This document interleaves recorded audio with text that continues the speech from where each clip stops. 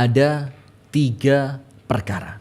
Ada 3 hal yang bisa Anda lakukan untuk kemudian mengurai benang yang kusut. Bagaimana caranya agar kemudian benang yang kusut di kehidupan kita ini bisa terurai, dan mengurainya itu pun terasa nikmat gitu. Kita rasakan sedikit demi sedikit bagaimana benang itu mulai terurai. Sampai-sampai orang Arab itu mengatakan, "Dhaqat wa lamma istahkamat ufrijat wa kuntu adhunnuha la tufraj." Masalah itu dhaqat, menyempitkan hidupku. Wa lamma istahkamat, ketika aku sudah mulai putus asa, aku yakin pintu ini tercipta tanpa kunci, seakan-akan gak bisa dibuka udah. Seakan-akan udah gak bisa dibuka udah. Ufrijat, ternyata oleh Allah tiba-tiba dibuka tanpa sebab. Wa kuntu adhunnuha la tufraj, dalam keadaan sebelumnya aku mengira udah pintu ini gak mungkin kebuka udah. Ternyata oleh Allah tiba-tiba dibuka. Dan itu plongnya dalam hati, itu rasa dalam hati itu lebih plong, lebih enak, nikmatnya itu lebih kerasa banget gitu loh Bu. Jadi kadang-kadang Allah itu tidak memberikan kita solusi itu di awal masalah. Kadang-kadang bukan di tengah masalah yang kita hadapi, tapi di penghujungnya Bu. Supaya apa? Supaya ketika masalah itu terselesaikan di penghujung waktu, di injury time, itu maka rasa plongnya itu semakin besar. Ya Allah, saya kira udah gak bisa ya Rob. Saya kira udah gak ada yang nolong ya Allah. Kenapa begitu? Karena terkadang Allah itu rindu dengan kepasrahan kita kepadanya. Sudah minta tolong ke depan gak ada yang nolongin, minta tolong ke belakang gak ada yang nolongin, minta tolong ke samping gak ada yang mau tahu, minta tolong ke samping kiri gak ada yang mau bantu. Sampai apa? Sampai kemudian seakan-akan kita udah gak punya cara lain kecuali untuk memanggil namanya Allah. Ya Allah, sudah finish, sudah selesai. Maka tiba-tiba seketika itu, ketika Anda sudah mulai merasa tidak bisa terurai ini masalah, aku sudah tidak mampu ya Rabb, kekuatanku terbatas ya Allah, udah mentok ya Allah, gak bisa aku selesain ini. Tiba-tiba Allah buka dengan caranya Allah tanpa sebelumnya Anda bisa menyangkanya. Allahu Akbar. Dan ini kemudian kalau ibu-ibu tahu ya, justru subhanallah ini yang malah banyak kejadian Bu. Justru seperti ini yang malah banyak kejadian. Apa itu? Yaitu orang-orang yang sudah mulai putus asa, ternyata Allah subhanahu wa ta'ala memberikan jalan keluar dari masalahnya. Ternyata apa? Justru di akhir-akhir waktu.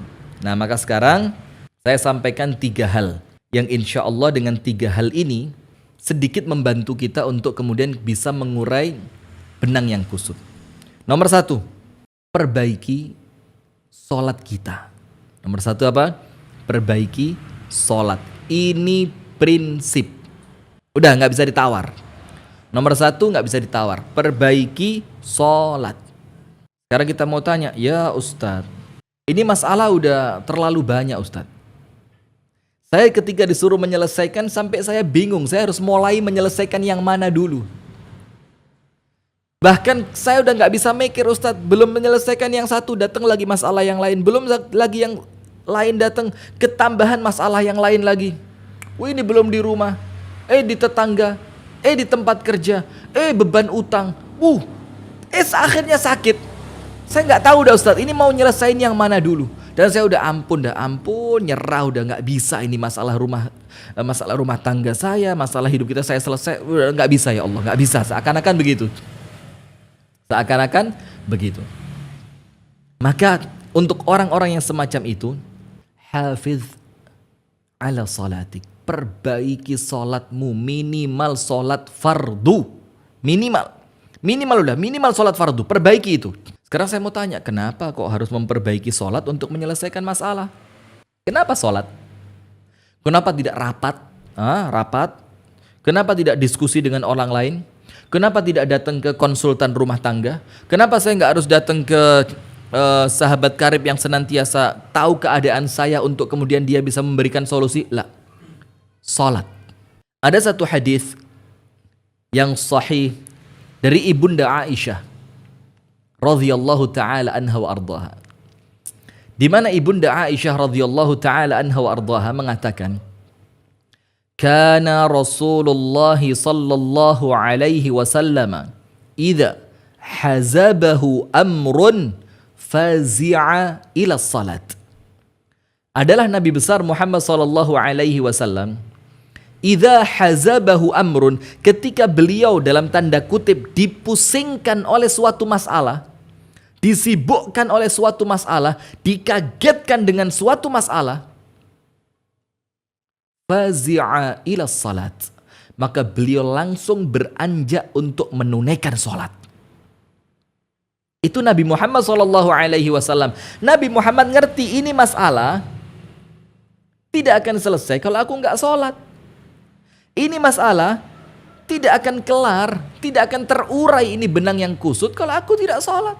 Maka aku ketuk pintunya Allah, aku berkomunikasi dengan Allah, aku memohon pertolongan Allah. Wasta'inu bis-sabri was-salat, dan mintalah tolong kepada Allah dengan sabar, was-salat, dan dengan sholat.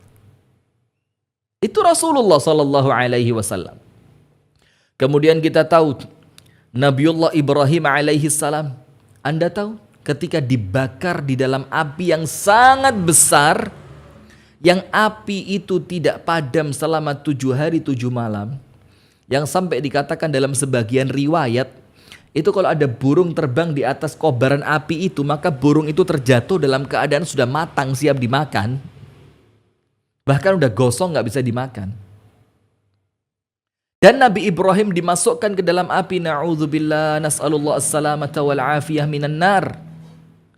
Itu dalam keadaan telanjang, hanya diikat, dirantai tangannya dengan rantai besi. Apa yang Nabiullah Ibrahim lakukan di dalam api itu? Sholat. Sampai ketika 7 hari 7 malam api itu mulai padam, ayahnya yang bernama Azar itu menanti di depan api itu, nungguin gimana nasib anakku. Ternyata ia mendapati Nabiullah Ibrahim alaihi salam dalam keadaan sedang bersujud.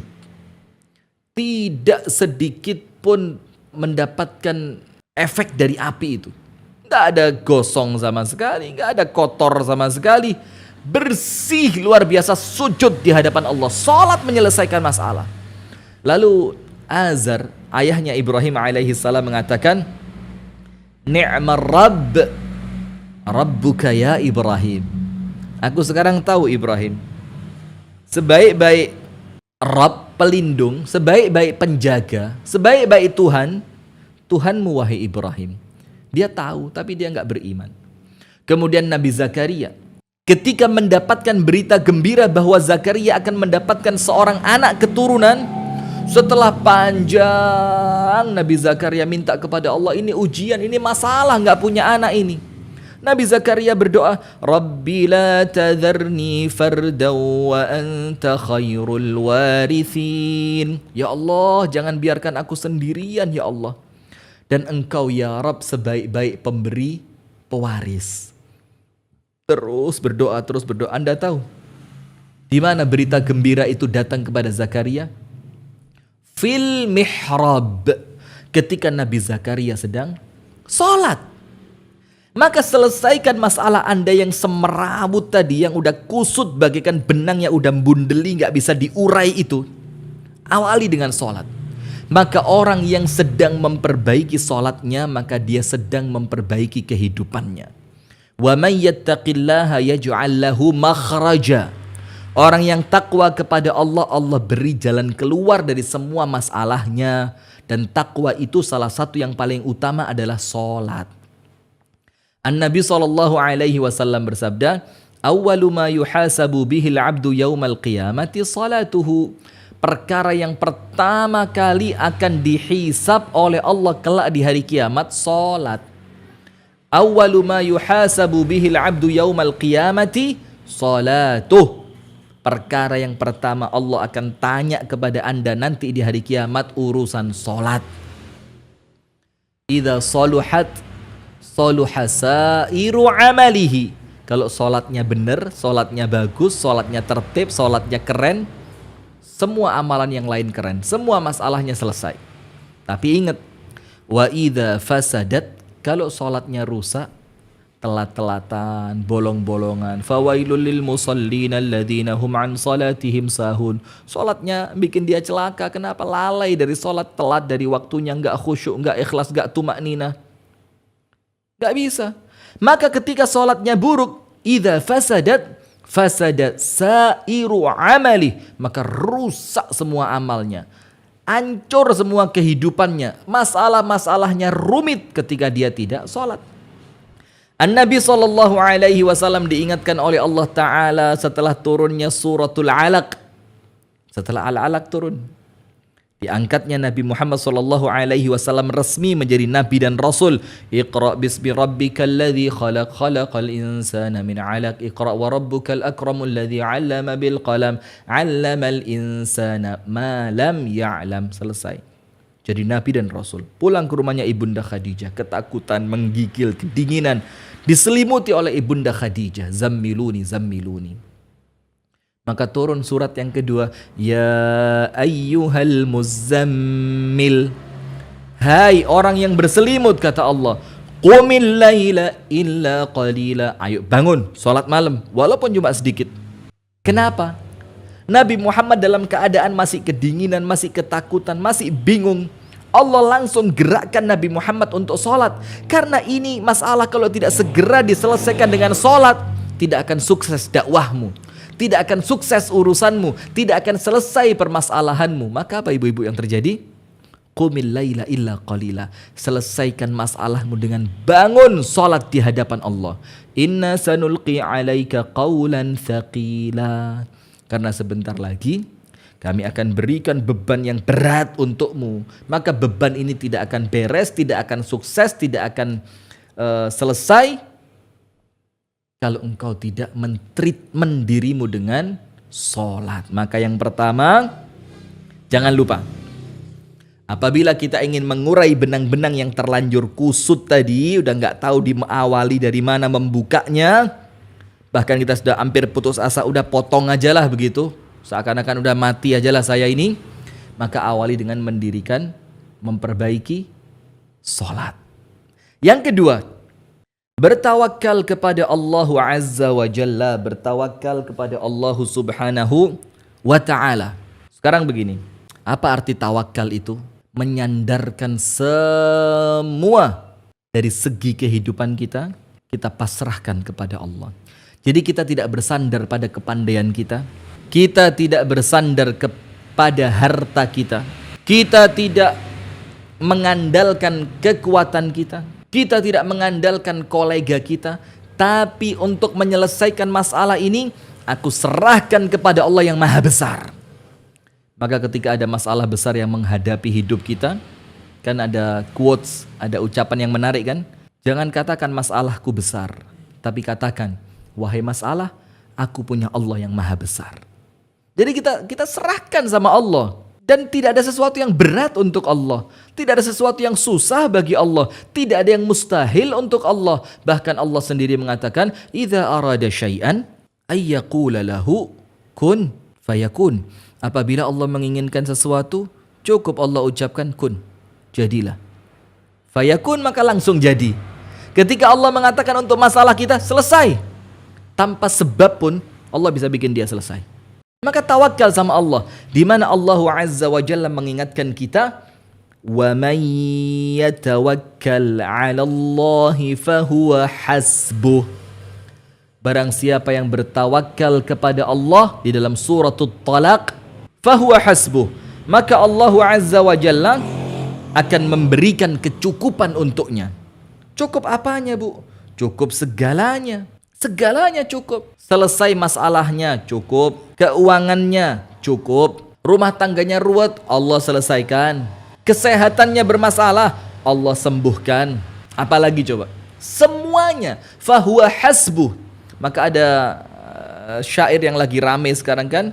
Allahul kafi, Allah yang akan mencukupiku. Rabbunal kafi, dialah pelindungku yang akan mencukupiku. Maka ada satu kalimat besar yang dia merupakan harta karunnya syurga.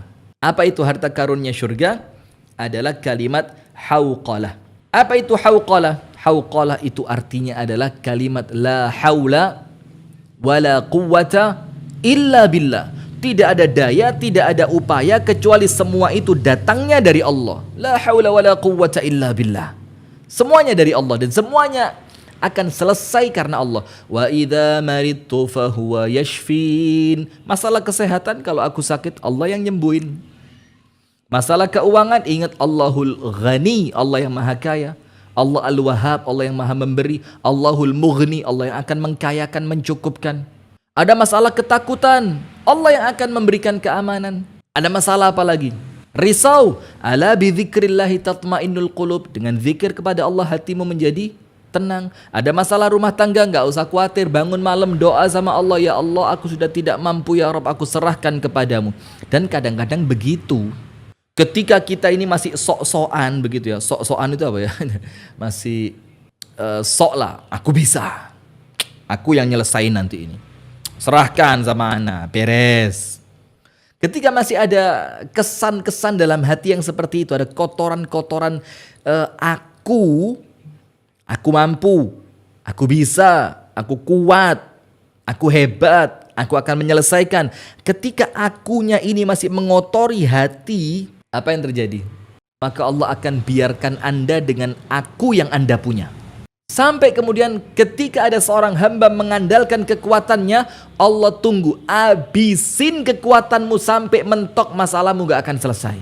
Ketika ada orang yang mengandalkan hartanya, Allah akan tunggu sampai hartamu habis, Allah tunggu dan masalahmu tidak akan selesai. Ada orang yang bersandar pada kepandaiannya, Allah bilang aku tunggu sampai habis kepandaianmu, sampai habis semua cara-caramu menyelesaikan masalah dan masalahmu tidak akan selesai.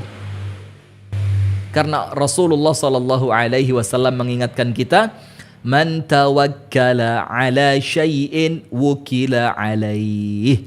Barang siapa bertawakal, bersandar pada sesuatu, maka Allah tinggalkan dia dengan apa yang dia bersandar kepadanya. Kalau bersandar pada kekuatan, Allah tinggalkan Anda dengan kekuatan Anda dalam keadaan kekuatan itu tidak akan menyelesaikan masalah Anda. Kalau kemudian bersandar dengan hartanya, Allah akan tinggalkan Anda dengan harta itu dalam keadaan Allah Subhanahu wa taala tidak akan menjadikan harta Anda itu menyelesaikan masalah Anda. Ketika Anda bersandar dengan kekuatan, dengan kepandaian Anda, maka Allah Subhanahu wa taala akan menjadikan kekuatan Anda itu tidak berefek kepada Anda. Jadi barang siapa bersandar dengan sesuatu, Allah akan tinggalkan Anda dengan apa yang Anda bersandar kepadanya dalam keadaan masalah tidak akan selesai. Karena apa ibu-ibu? Karena apa bu? Karena Allah itu ghayur, Allah itu zat yang cemburu. Dan Allah cemburu kalau Anda bersandar pada kekuatan Anda. Allah cemburu kalau Anda bersandar pada suami Anda. Allah cemburu kalau Anda bersandar pada uang Anda. Allah cemburu. Loh kenapa kok dia bersandar kepada selainku, kata Allah.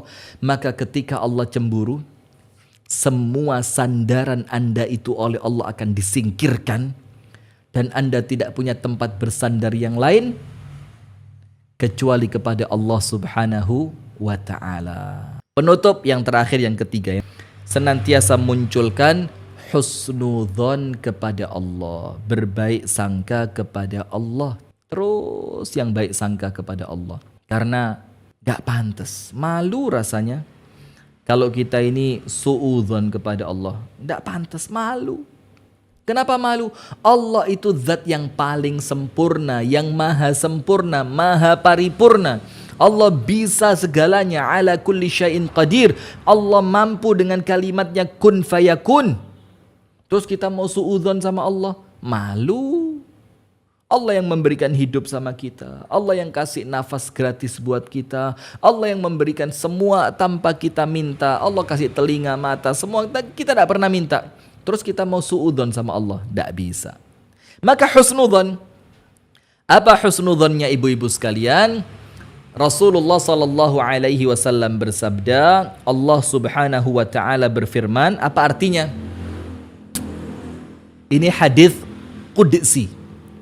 Allah Azza wa Jalla berfirman melalui ucapan Rasulullah SAW di dalam hadithul qudsi, ana, kata Allah, aku, kata Allah, inda dhanni abdi bi, sesuai dengan prasangka hambaku kepadaku. Kalau dia berprasangka yang baik, oh Allah akan menyelesaikan. Selesai. Oh Allah Maha Pengasih, ini masalah sekedar mengingatkan. Beres. Oh Allah tidak mungkin ingin menjatuhkanku dengan ujian ini. Selesai urusan Anda. Tergantung Anda bagaimana Anda berpersepsi tentang Allah, bagaimana Anda berpikir tentang Allah. Ketika masalah-masalah itu yang muncul, kemudian Anda baik sangka kepada Allah, Allah Maha Baik, Allah bisa menyelesaikan. Selesai urusan Anda. Maka Allah minta Anda husnudzon. Benang yang kusut ini, Anda perlu tahu, musibah yang datang itu datangnya dari Allah yang paling penyayang. Datangnya bukan dari musuh yang ingin mencelakai Anda. Betul nggak, Bu? Betul. Jadi Allah yang mendatangkan masalah dalam hidup Anda, Allah yang mengizinkan musibah itu datang pada hidup Anda, itu Allah yang lebih menyayangi Anda dibandingkan ibu Anda. Terus mana mungkin dengan masalah ini Allah ingin menyengsarakan kita, Allah ingin menjatuhkan kita, Allah ingin menjerumuskan kita pada lubang kehancuran? Tidak mungkin. Pasti Allah menginginkan kebaikan. Maka apa? Husnudzon. Saya kasih cerita. Ibu-ibu tahu Nabi Ayub alaihi salam, seberat apa ujiannya? Sangat berat. Nabi Ayub kaya raya, sehat walafiat, istrinya banyak, anak-anaknya banyak, tidak kurang sesuatu apapun. Dia pun seorang nabi yang doanya ijabah. Ya, suatu hari Nabi Ayub alaihi salam oleh Allah diberi ujian. Sampai orang-orang Arab itu kalau mengatakan sabar, itu sabar Ayub, sabar seperti sabarnya Nabi Ayub. Ujian pertama, semua hartanya yang luar biasa banyaknya ludes dengan banjir. Dari rekeningnya triliunan, sekejap mata 0 rupiah. Kalau kita kan nggak begitu. Kita masih bertahap bangkrutnya ya. Susahnya itu bertahap. Kalau kita ada tahapan ini, Nabi Ayub sekejap mata dari rekening yang luar biasa tiba-tiba 0. Setelah selesai hartanya habis, anak-anaknya Nabi Ayub alaihi salam meninggal semuanya di waktu yang bersamaan. Ya Allah, lihat. Tapi ingat, husnudzon, la yukallifullahu nafsan illa wus'aha. Tidak mungkin Allah kasih beban melebihi kemampuan. Kalau panjenengan, saya, ya nggak mungkin lah sampai seperti itu. Karena Allah tahu kekuatan iman kita ini masih tipis. Maka ujiannya tipis-tipis, receh. Sudah, setelah anaknya semua meninggal dunia, apa yang terjadi? Istrinya Nabi Ayub semua meninggalkan Nabi Ayub kecuali tinggal satu istri. Setelah itu apalagi yang terjadi? Kulitnya tiba-tiba melepuh, sakit kulit yang luar biasa. Kemudian istrinya Nabi Ayub mengatakan begini, Ayub, kamu kan seorang nabi. Iya, aku nabi. Kalau nabi berdoakan oleh Allah diijabah, iya diijabah. Sudah Ayub, minta sama Allah, doa sama Allah supaya kamu sembuh, minimal itu aja. Apa kata Ayub alaihi salam? Malu. Istahyaitu min Rabbi, aku malu sama Allah. Sehat puluhan tahun, masa sakit baru sekian tahun minta sembuh? Enggak, saya tidak mau. Sampai titik terakhir, apa yang terjadi?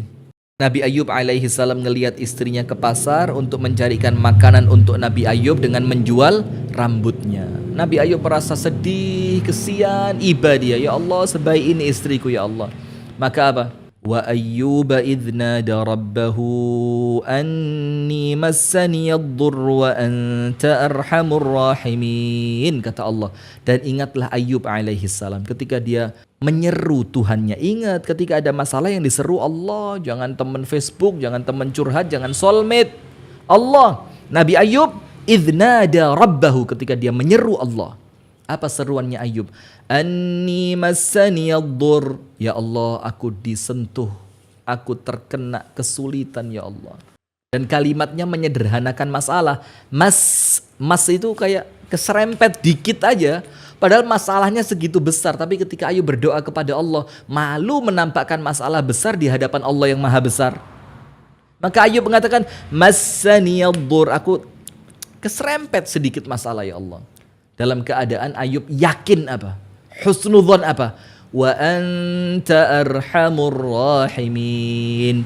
Dalam keadaan ya Allah, aku tetap yakin, seyakin-yakinnya, hakul yakin, ainul yakin, bahwa engkau ya Rabb arhamur rahimin. Dengan semua ujian yang engkau turunkan kepadaku, dengan semua ujian ini, dengan semua musibah ini, aku tetap yakin ya Rabb, engkaulah zat yang paling penyayang. Apa yang terjadi? langsung disembuhkan oleh Allah dan langsung diberikan apa yang diminta oleh Allah. Husnudzan. Nah, jadi ada 3 minimal yang ini langkah-langkah yang aplikatif ketika masalah-masalah hidup Anda itu bagaikan benang yang kusut dan Anda mulai capek, Anda merasa udah nggak mampu lagi, Anda kepingin mengurainya tapi udah nggak mampu. Maka bagaimana caranya? Sholat yang baik, hilangkan semua sandaran kecuali Allah dan hanya bersandar tawakal kepada Allah. Dan yang ketiga, jangan kehilangan baik sangka kepada Allah, husnudzan kepada Allah. Allah akan beri apapun yang Anda cari. Barakallahu fikum wa jazakumullahu khairan. Pemirsa, masih ingat kan video di sebelah ini? Ini adalah video beberapa bulan yang lalu keadaan Masjid Nur Hasan Kampung Inggris sebelum direnovasi. Dan alhamdulillah sekarang sudah berbentuk seperti ini. Dan semuanya tentu karena Allah Subhanahu wa Ta'ala dan tidak lain serta tidak bukan atas partisipasi dari pemirsa sekalian. Alhamdulillah kami bersyukur kepada Allah Subhanahu wa Ta'ala dan kami berterima kasih kepada seluruh jamaah yang telah berkontribusi, yang insya Allah dalam waktu dekat masjid ini akan kita fungsikan secara total untuk sholat 5 waktu tentunya, kajian-kajian ilmiah, acara-acara pendidikan, acara-acara sosial. Maka insya Allah untuk bagian terakhir dari pembangunan Masjid Nur Hasan hanya tersisa sedikit kesempatan bagi kita bersama untuk kembali andil untuk pembangunan kamar takmir, untuk penambahan 2 kamar mandi, dan untuk lahan parkir. Maka kami mengajak kembali kepada pemirsa sekalian, muslimin wal muslimat, untuk berlomba-lomba untuk menutup kebaikan pembangunan Masjid Nur Hasan dengan kita berlomba-lomba bersedekah kembali untuk melanjutkan proses terakhir dari pembangunan Masjid Nur Hasan. Jangan ketinggalan ladang pahala besar ini yang akan mengantarkan kebaikan untuk kita mulai dunia sampai akhirat. Dan kami berdoa kepada Allah Subhanahu wa Ta'ala untuk semua pemirsa yang telah berkontribusi. Semoga oleh Allah Subhanahu wa Ta'ala sedekah Anda diterima, keluarga Anda oleh Allah dijadikan keluarga yang sakinah, mawaddah, warahmah, dan anak turun Anda oleh Allah dijaga dari semua fitnah, dijaga dari semua keburukan, dan Allah jadikan generasi yang salihin dan salihat. Jazakumullahu khairan katsiran wa barakallahu fikum. Assalamualaikum warahmatullahi wabarakatuh.